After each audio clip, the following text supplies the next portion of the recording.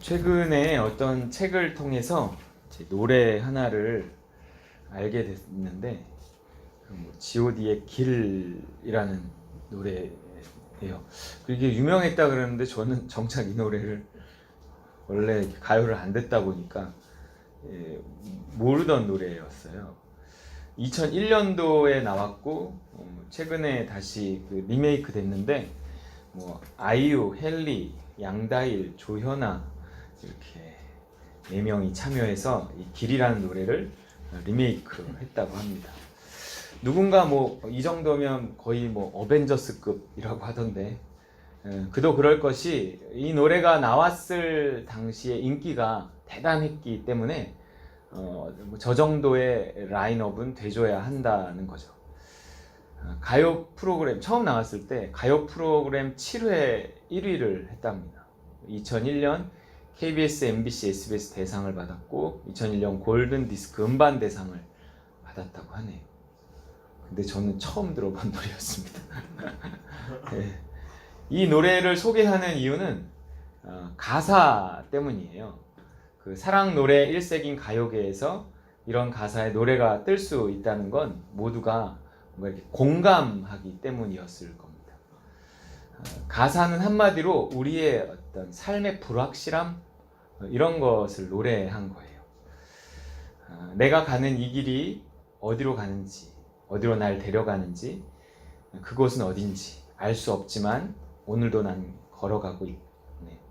사람들은 길이 다 정해져 있는지 아니면 자기가 자신의 길을 만들어 가는지 알 수 없지만 이렇게 또 걸어가고 있네.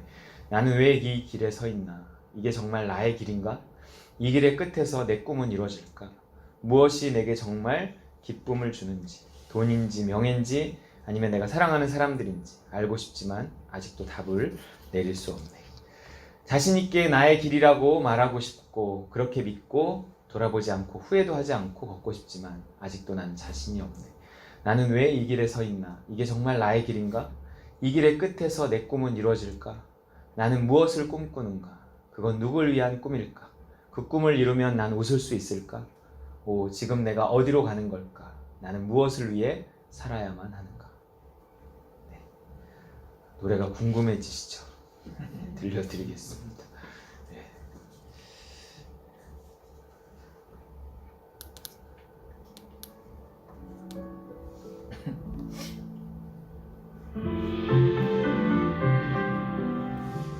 올해 리메이크 됐더라고요. 1월 달인가.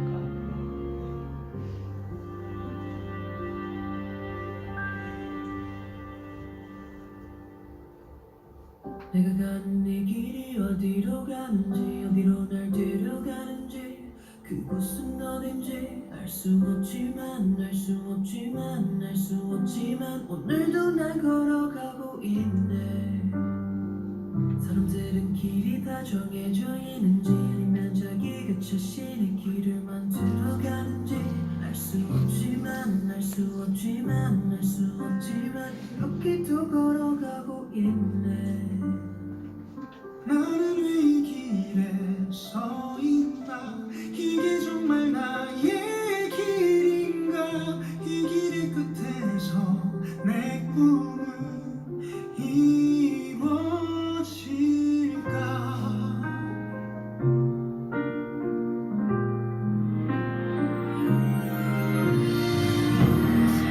정말 기쁨을 주는지 돈인지 명예인지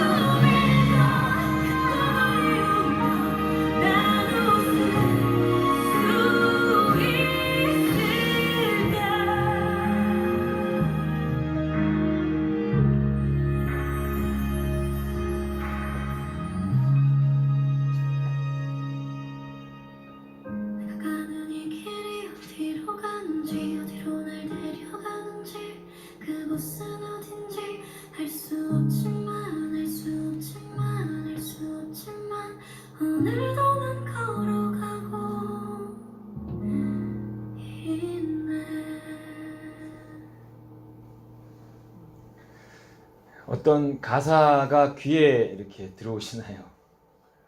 계속 알 수 없지만. 그러니까 모든 게 불확실하고 알 수 없지만 그냥 산다는 겁니다. 예. 공감이 되시죠? 이게 사실 뭐 그리스도인이라면 공감이 되면 안 될 것 같은데, 예. 그리스도인은 다 성경에 뭔가 진리가 나와 있고 왜 사는지 어디로 가는지, 뭔가 믿음으로 사는 사람들이기 때문에 어떤 이 노래는 세상 사람들에게 해당하는 거지 나는 그러지 않아 라고 해야 되는데 이상하게 공감이 된다는 거죠. 단지 미래만 불확실한 게 아니라 뭔가 이렇게 현재마저도 불확실한 거예요. 이게 지금 잘하고 있는 건가? 잘 가고 있나?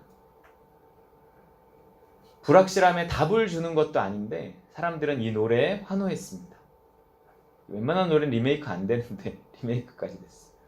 왜일까요?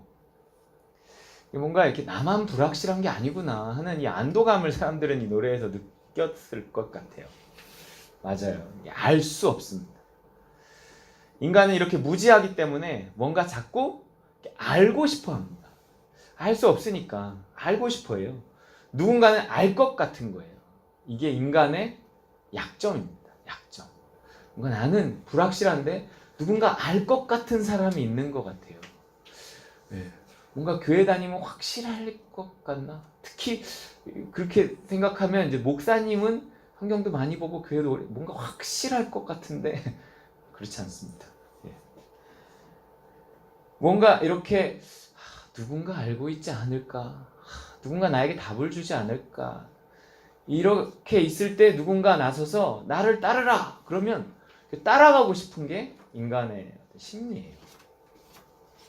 확신을 가지고 말하는 사람이 매력적이에요. 카리스마가 있습니다. 히틀러가 그랬습니다. 히틀러가 인간의 불확실함을 이용해서 자신의 확신대로 결국 세계를 전쟁의 구렁텅이로 몰아넣었죠. 그의 확신은 항상 이 웅변으로 나타났어요. 그래서 여러분 히틀러의 어떤 그 연설을 들어본 적 있으십니까? 직접? 이렇게 영상 잠깐 보여드릴게요.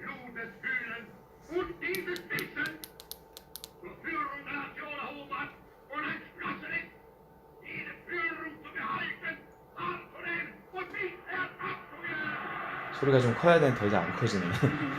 네. 분위기만 봐도 아시겠죠? 실제 기록 필름 영상.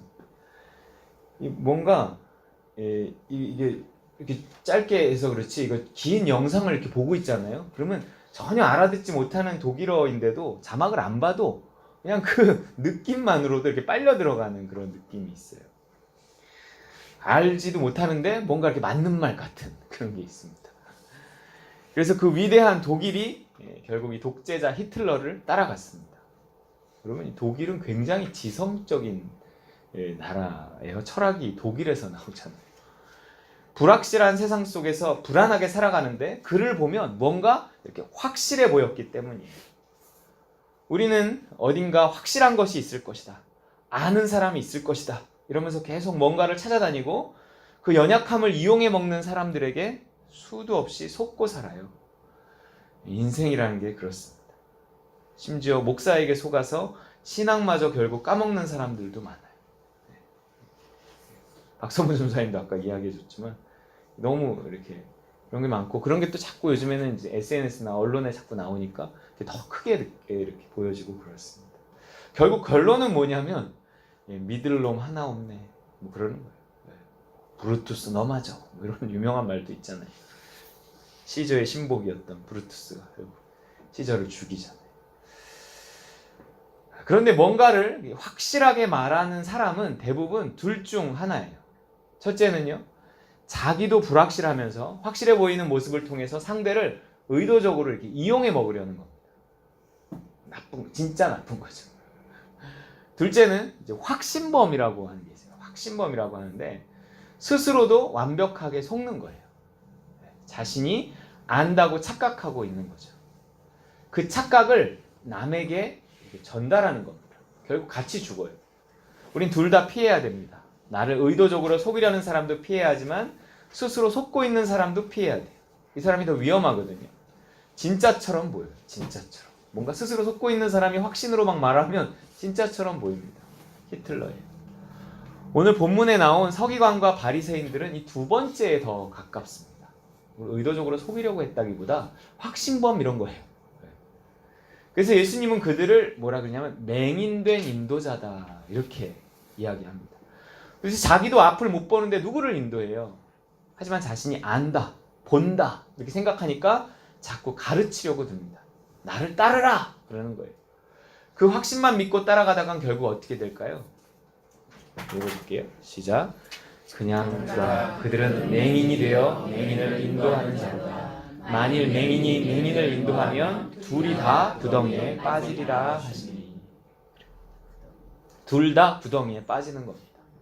결국 나치와 함께 독일은 패망해요. 여기서의 구덩이가 어디일까요? 구덩이는 지옥이에요. 그래서 오늘 본문이 이렇게 이야기하는 거예요. 15절 말씀에 시작. 화 있을진저 외식하는 서기관들과 바리새인들이여 너희는 교인 한 사람을 얻기 위하여 바다와 육지를 두루 다니다가 생기면 너희보다 배나 더 지옥 자식이 되게 하느니라. 교인 한 사람을 얻기 위해서 두루 다니다가 생기면 배나 더 지옥 자식이 되게 한다는 거예요. 지옥 자식이 되게 하려고 교인 한 사람을 얻으러 다녔던 것은 아니거든요. 땅끝까지 이르러 복음을 전하는 것까진 좋은데 힘들게 교인을 만들어 놓고도 그와 함께 지옥에 떨어질 수 있다는 겁니다. 여러분 가짜는 가짜를 만들 뿐이에요. 너희보다 배나 더 지옥 자식이 되게 하는도다. 그래요. 나도 모르는 사이에 나는 주를 위해서, 교회를 위해서, 하나님 나라를 위해서 뭐 이렇게 했는데 내가 결국 착각 속에 있다면 결국 남도 착각 속에 빠뜨리고 나와 그 사람이 함께 지옥에 빠질 수밖에 없는 것이 현실이에요. 없는 일이라면 이런 말 없을 거예요. 예수님 이런 말 굳이 하지 않았을 거예요. 그러나 분명히 있기 때문에 중세교회만 있었던 것이 아니에요. 오늘 우리들 가운데도 있기 때문에 이 이야기를 하시는 걸 겁니다. 예수님은 왜 이렇게 그들을 싫어하시는 걸까요? 뭐 엄청 싫어했어요. 예수님은 바리새인, 서기관들, 독사의 자식들 뭐 이러잖아요. 왜 그렇게 싫어했던 걸까요? 그들이 단지 권력자라서? 아니에요. 그들이 안다라고 생각했기 때문에 그래요. 너희는 안다고 하는데 아는 게 아니라 모르는 거야. 뭐 이런 거를 좀 알려주시기 위해서 이 충격요법을 계속 쓰신 거예요. 성경을 많이 읽었기 때문에, 교회를 오래 다녔기 때문에, 직분이 높기 때문에, 뭐 신학을 했기 때문에, 나이가 들었기 때문에 안다라고 생각을 하는 거예요. 난 하나님의 뜻을 안다. 난 선악을 분별한다. 안다고 하는 자들이 제일 위험합니다. 서기관이 누구냐? 뭐 바리새인이 누구냐? 한마디로 말하면 안다고 하는 자들이에요. 안다고 하는 자들. 당시 종교 지도자들이에요. 오늘날 뭐 목사를 포함해서 교회 오래 다니는 사람들을 말해요. 안다고 생각하는 사람들. 너희 안다고 하는 자들아, 정말 아느냐? 도대체 너희들은 뭐가 그렇게 확실하냐? 정말 아냐? 자신의 경험과 지식으로 안다고 하는 건데 교회를 오래 다니고 성경 공부 많이 하고 뭔가 주워 들은 게 많을 때 생기는 부작용입니다. 정말 아시나요? 아실까요? 저는 알까요? 저도 내가 정말 아는가? 이렇게 생각하면 자신이 없습니다. 바울도 로마서에서 이렇게 말해요. 로마서 2장 17절이에요. 20절까지 시작. 유대인이라 불리는 네가 율법을 의지하며 하나님을 자랑하며 율법의 교훈을 받아 하나님의 뜻을 알고 지극히 선한 것을 분간하며 맹인의 길을 인도하는 자요 어둠에 있는 자의 빛이요 율법에 있는 지식과 진리의 모본을 가진 자로서 어리석은 자의 교사요 어린아이의 선생이라고 스스로 믿으니. 스스로 믿. 여러분 스스로 믿는다는 게 뭐예요? 착각이라는 거예요. 착각. 자기가 뭔가 이렇게 잘하고 있다고 생각을 하는 거예요. 자기는 뭔가 누군가를 가르칠 만하다라는 거죠. 그렇게 스스로 믿고 있다는 거예요. 착각이라는 거예요. 착각. 자기는 하나님의 뜻을 알고 그 뜻대로 살고 있다고 믿는 거예요. 하지만 그 믿음은 하나님이 준 게 아니라 스스로 가진 겁니다. 심지어 그들은요, 예수님을 십자가에 못 박으면서도 그것이 하나님을 위한 길이라고 믿었어요. 어떤 누군가가 뭔가 주를 위한 일이라고 생각하며 어마무시한 일들을 저지른다는 거죠. 착각 속에서. 그게 무서운 거예요. 마태복음 16장 2절에 이런 말씀이 있어요. 읽어보겠습니다. 시작.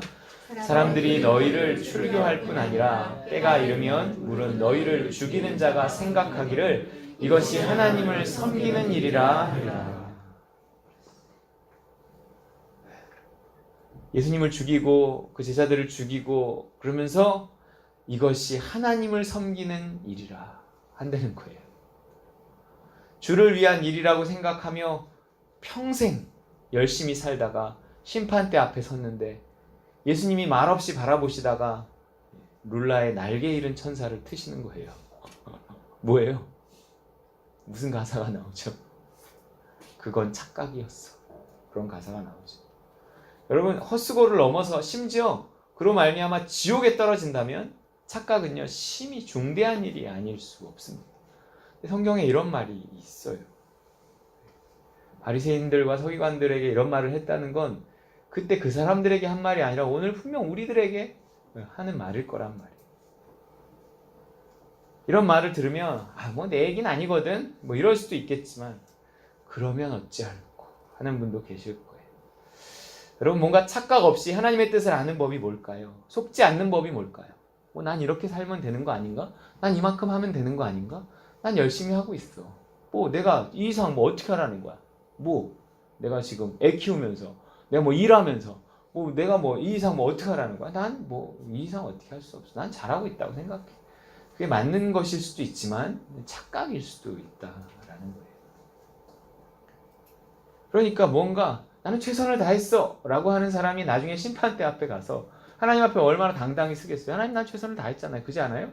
그런데 하나님께서 그건 착각이었어 라고 말하고 우리를 심판하시면 자꾸 울며 이를 간다는 말이 자기 부담스러워요.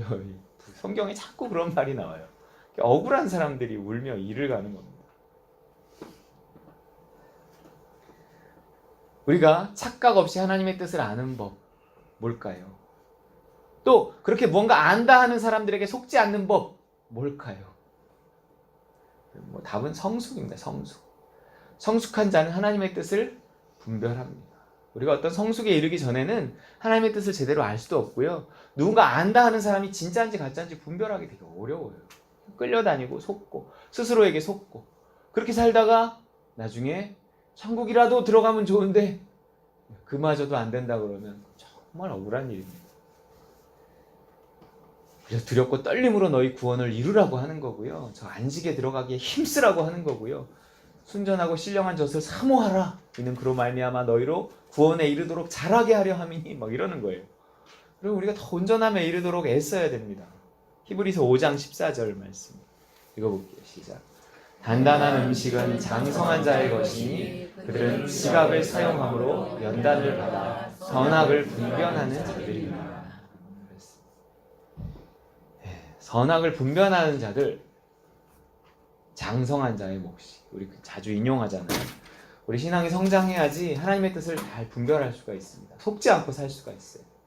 이게 단지 머리 좋아서 아는 게 아닙니다. 공부 많이 해서 아는 것도 아니라고. 하나님과의 영적인 관계 속에서 자라나면서 점점 알게 되는 거예요. 그런데 이 안다라는 것은요, 모른다에서 출발합니다. 모르니까 묻고 모르니까 의지하는 거죠. 인생은 선택인데 내 선택을 내가 어찌할 수 없으니까 끊임없이 묻고 의지하는 겁니다. 내 인생의 주인이 예수님이니까 예수님의 뜻이 뭘까? 인도해 주세요. 도와주세요. 이러면서 자라는 거라는 거죠. 그냥 나는 안다라고 생각하지 않는데 어디에 정답이 있을 거라고도 생각하지 않고 하나님 나에게 알려주실 거라고도 생각하지 않고 그냥 사는 거예요. 그냥 흘러가는 대로 그냥 하루 다람 쳇바퀴 돌듯이 이렇게 살아가는 거예요. 이러한 삶에도 성장은 없고요. 안다! 이러는 사람도 위험하고요. 모른다에서 출발해야 돼요. 성령을 의지하는 겁니다. 이게 옳은 것이 아닌 맞는 것을 찾는 거거든요. 옳은 것은 쉬워요. 성경에 있어요. 기도해라, 전도해라, 착한 일 해라. 옳은 것을 찾는 것은 어려운 일이 아닙니다. 성경 보면 알아요. 하지만 맞는 것은 어렵더라고요. 오늘의 나에게 맞는 말씀이 있거든요. 옳은 걸 말하는 건 참 어렵지 않은데 맞는 걸 말하는 건 정말 어렵습니다. 정말 어렵습니다. 정말 어렵습니다. 내 자신에게도 맞는 것을 이렇게 제안하고 맞는 것을 하면서 살아야 되는데 이게 뭐 목사니 뭐 이렇게 하면 이게 옳은 것을 따라 살아야 할 것 같은 부담이고 사람들도 나에게 자꾸 옳은 것을 기대하니까 나는 그냥 맞는 것을 하고 싶은데 이게 눈치를 보면서 옳은 것을 자꾸 하고 또 우리 아이들도 마찬가지. 뭔가 맞는 것을 찾아주고 싶은데 자꾸 이렇게 맞는 것이 뭘까? 내가 얼마큼 더 기준을 낮춰야 될까? 쉽지 않습니다. 뭔가 어떤 모든 선택에 있어서는 맞는 것이 있습니다. 하나님의 뜻은 실시간이고 개별 맞춤이거든요. 자꾸 안다고 생각하니까 경직되는 거예요. 난 하나님의 뜻을 안다. 옳은 것에 매여 있는 거죠.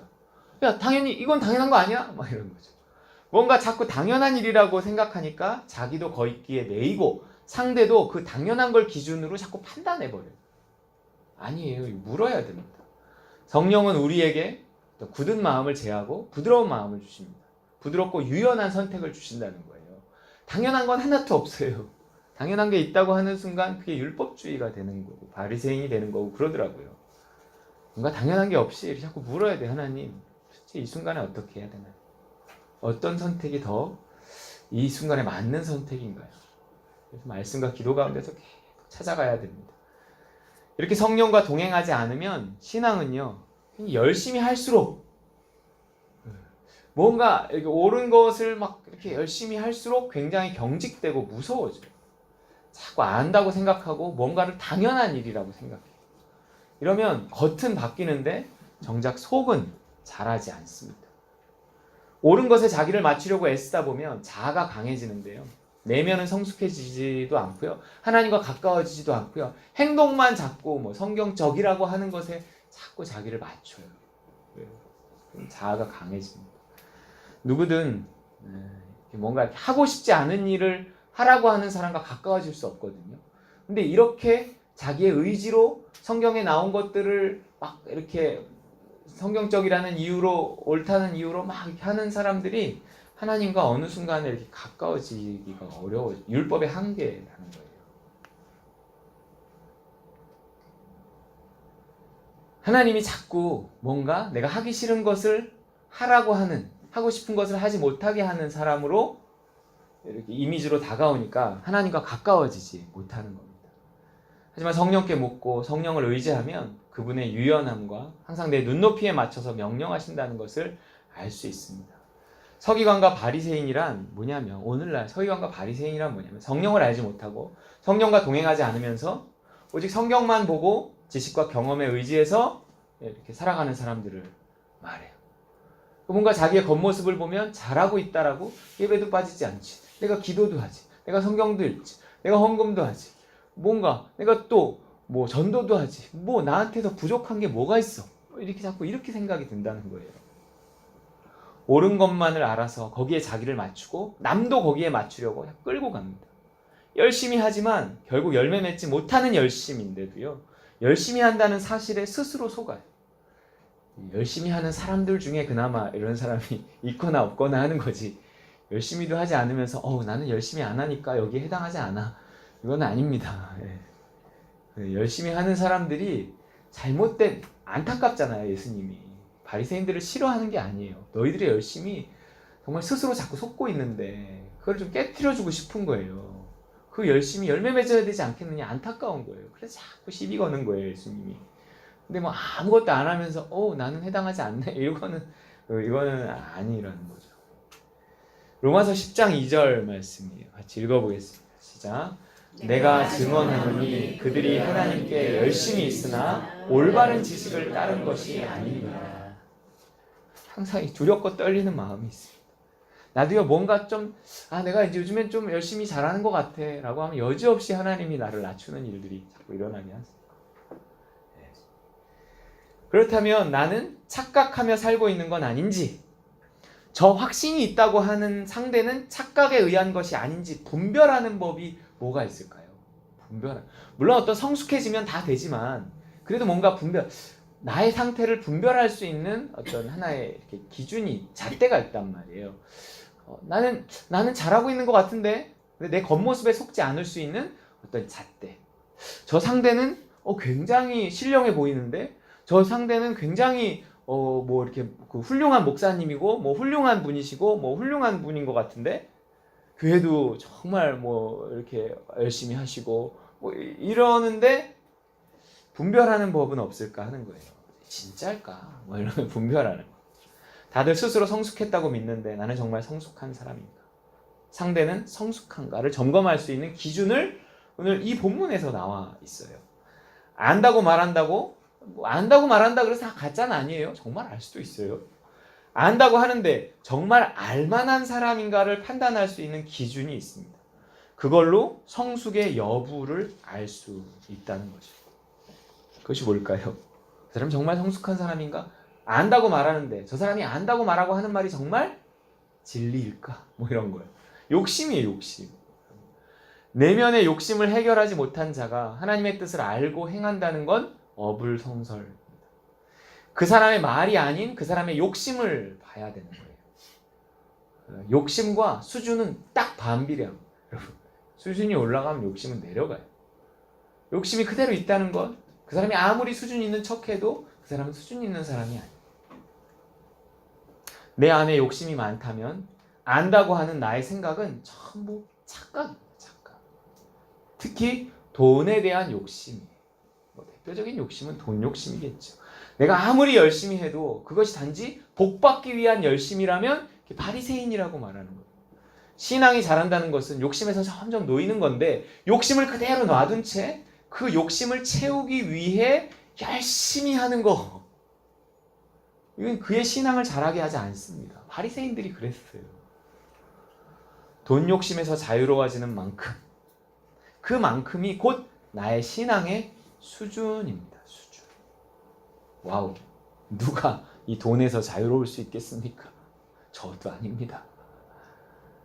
그래서 이게 그 말이에요. 그 다음 절에 나온 말이에요. 이거 왜 갑자기 여기에 이렇게 바리새인들을 이야기하며 이 말부터 하셨을까요? 이게 그의 수준을 말해준다는 거예요. 너희들의 겉모습에 너희가 스스로 속지 말고 너희들의 내면의 수준을 보여주는 게 욕심인데 그 욕심 중에도 돈 욕심은 딱 그 기준이다. 니들의 수준을 내가 말해볼까? 이러면서 하신 말씀이에요. 16절 18절 읽어볼게요. 시작.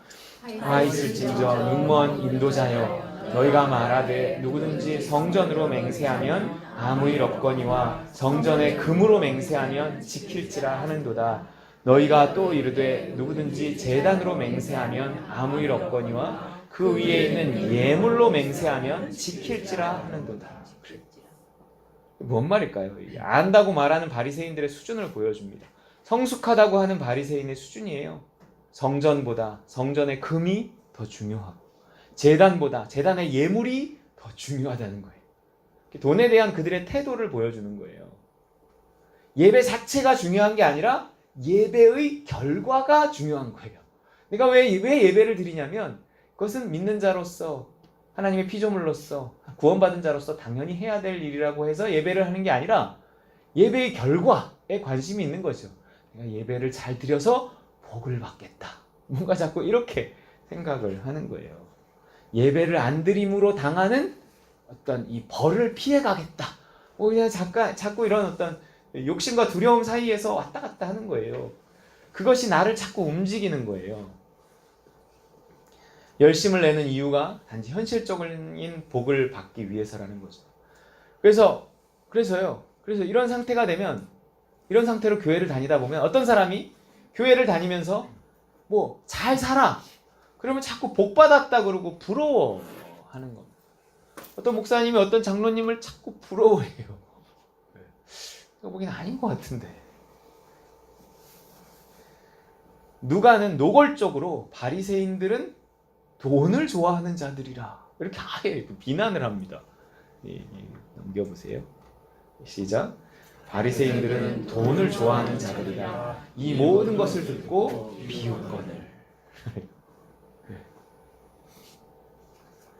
바리새인들의 모든 그 수준 높은 신앙생활, 성경에서 말하는 것, 율법을 세세하게 더 상세하게 만들어 갖고 그들이 안식일을 지키고 제사를 지내고 뭐 예물을 드리고 절기를 지키고 모든 선한 일과 구제를 하고 서서 기도하고 모든 일을 하는데도 불구하고 그들의 수준은 그것으로 볼 수 있는 것이 아니라 그 내면의 수준으로 볼 수 있는 건데, 내면의 욕심으로 볼 수 있고 특히 돈에 대한 태도로 볼 수 있다는 거예요.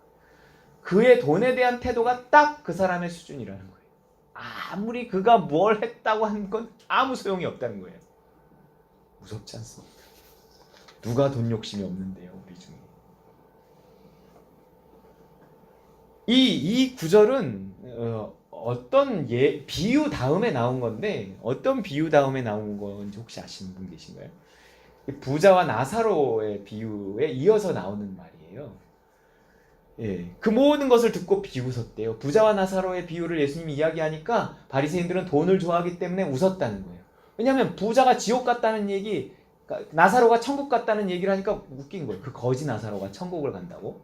부자가 지옥에 간다고? 웃기고 있네. 뭐 이러고 있는 거예요. 결국 돈을 좋아하는 자가 갈 곳은 지옥뿐이다. 그게 부자와 나사로의 비유의 이야기예요. 왜 부자가 지옥에 가고 왜 나사로가 천국 가야 돼요? 거기 나사로가 예수 믿었다는 말이 어디 있어요? 그건 돈에 대한 이야기예요. 돈에 대한 태도, 그것이 그 사람의 수준을 말해주고 그 사람의 수준이 결국 그 사람의 영혼을 결정한다는 얘기를 하는 거예요. 부자와 나사로의 비유예요. 천국, 지옥에 대한 이야기라기보다 그건 돈에 대한 태도, 그 태도가 영혼을 결정한다는 이야기를 하는 겁니다. 그의 직분, 그의 신앙 연수, 그가 읽은 성경, 그가 한 성경 공부, 그가 참석한 기도회, 그가 행한 모든 충성 봉사들과 상관없이 돈을 좋아하는 수준에서 못 벗어나면 결국 지옥이라는 겁니다. 결국 우리는요, 돈에서 자유로워지지 않으면 아직 잘하지 않은 거예요. 행동만 바꿔서 축복받아 내 욕심을 채우겠다는 겁니다. 아무리 열심히 해도, 아무리 많이 갖다 바쳐도 수준을 올려야 합니다. 내면을 잘하게 해야 돼요. 안의 문제를 해결해야 됩니다. 그래야 비로소 알 수 있어요. 진짜로 알 수 있어요. 겉만 바꾼 사람은 알 수 없어요. 그러나 속을 바꾼 사람은 알 수 있습니다. 그래서 예수님 이런 말씀하시는 거예요. 26절 시작. 눈먼 바리새인이여, 너는 먼저 안을 깨끗이 하라. 그리하면 겉도 깨끗하여진다는 거예요. 가지가 나무에 붙어 있으면 열매를 자동적으로 맺게 된다는 거예요. 우리의 내면을 변화시키면, 우리의 내면이 성숙해지면, 내면이 얼마나 성숙해지는가를 아는 잣대는 욕심, 특별히 돈에 대한 욕심. 그럼 내면의 성숙은 무엇으로 이루어지는가? 모른다. 그걸로 이루어지는 거예요. 어떻게 잘할까? 어떻게 안을 바꿀까? 그러면 영적인 생활이 내면을 바꾸는데, 우리를 잘하게 하는데 자꾸 고정관념을 타파하고 율법주의를 타파하고 안다는 생각을 깨트리고, 난 알면 알수록 더 모르겠다. 난 교회를 오래 다니면 다닐수록 난 더 모르겠다. 그리고 모른다 이러고 출발해야 되는 거예요. 범사에, 매사에. 모르니까 묻고 모르니까 의지하면서 내 안에 계신 성령과 동행해야 됩니다. 하나님 알려주세요. 난 모르겠습니다. 정말 모르겠습니다. 성경을 보면 볼수록 또 모르겠고, 하나님을 알면 알수록 또 모르겠고, 뭔가 이게 당연한 건 아닌 것 같아요. 하나님 나에게 알려주세요. 이 상황에 맞는 선택이 뭔지 하나님 인도해 주세요. 하나님 도와주세요. 안다고 말하면 기도할 필요도 없고 성경 볼 필요도 없어요. 이때까지 배운 걸로만 해도 충분합니다. 그러나 그것은 우리를 잘하지 못하게 한다는 거예요. 모른다는 인정이 이렇게 중요하니까 예수님께서 안다고 하는 바리새인들을 그렇게 공격하신 거예요. 꼭 미워서가 아니라 깨닫게 하려고. 알긴 개뿔 막 이러신 거예요. 독사의 자식들아, 회칠한 무덤들아. 이게 다 당시의 욕이에요. 욕. 우리로 말하면 다 욕이에요. 우리가 하는 욕이에요. 왜 그랬을까요? 안다고 생각하는 걸 깨트려요. 우리도 자꾸 안다고 생각하는 순간 선줄로 생각하는 자는 넘어질까 조심하라 그러죠. 안다고 생각하는 순간 하나님은 야 네가 안다고? 아 내가 이게 아는 게 아니었구나 하는 어떤 상황에 나를 이렇게 던지세요. 힘듭니다. 범사에 너무 빨리 안다고 생각해서 실수하지 마시고 항상 기도할 수 있기를 바랍니다. 안다는 착각에서 벗어나 판단과 정죄를 멈추고 겸손하게 묻고 또 물으며 한 걸음 한 걸음 나아가서 성숙에 이르러 정말 알게 되는 우리 따님과 누림 식구들 다 되시기를 주님의 이름으로 축원드립니다. 우리